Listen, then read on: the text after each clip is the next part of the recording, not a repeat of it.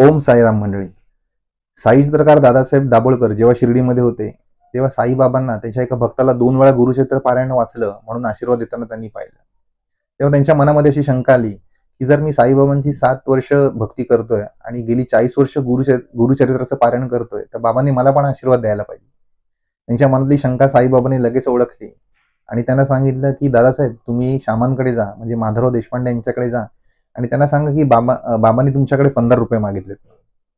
तेव्हा साई आज्ञा ऐकून दादासाहेब लगेच श्यामांकडे गेले आणि त्यांचा निरोप त्यांना दिला. श्यामाला लगेच कळलं. श्यामा जागेवर उभे राहिले. त्यांनी द्वारकामाईकडे तोंड केलं आणि 15 नमस्कार केले. दादासाहेबांना ते कळलं नाही. श्यामाने त्यांना सांगितलं, की हे 15 नमस्कार तुम्ही बाबांना द्या. पण त्याच्या आधी त्यांनी एक गोष्ट त्यांना सांगितली. ते म्हणाले, की संगमनेरची एक वृद्धा साईबाबांकडे गुरुमंत्र आणि उपदेश घेण्यासाठी आली होती. तिने एवढा हट्ट धरला होता, की तिने जेवणच सोडून दिलं.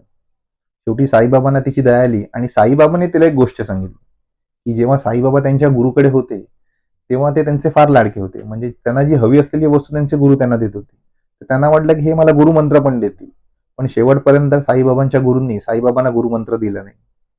शेवटी साईबाबांना कळलं, की आपण आपल्या गुरूंकडे सतत बघितलं, त्यांचं दर्शन घेतलं, की त्यांच्या आचरणातनं आपल्याला आपोआप कळतं, की आपल्याला काय करायचंय ते. ही गोष्ट त्या वृद्धेला पटली आणि तिने जेवण घेण्यासाठी सुरुवात केली. श्यामाने जेव्हा दादासाहेबांना हे सांगितलं, तेव्हा दादासाहेब लगेच द्वारकामाईत आले आणि त्यांनी बाबांना सगळा प्रकार सांगितला. तेव्हा बाबा त्यांना म्हणाले, की जर तुमची भक्ती शुद्ध असेल आणि तुम्ही तुमच्या गुरुचं दर्शन घेऊन त्यांनी केलेल्या आचरणाप्रमाणे वागत असाल, तर तुम्हाला मोक्ष नक्की मिळतो. अशा प्रकारे दादासाहेबांच्या शंकेचं निरसन साईबाबांनी केलं. ओम साईराम.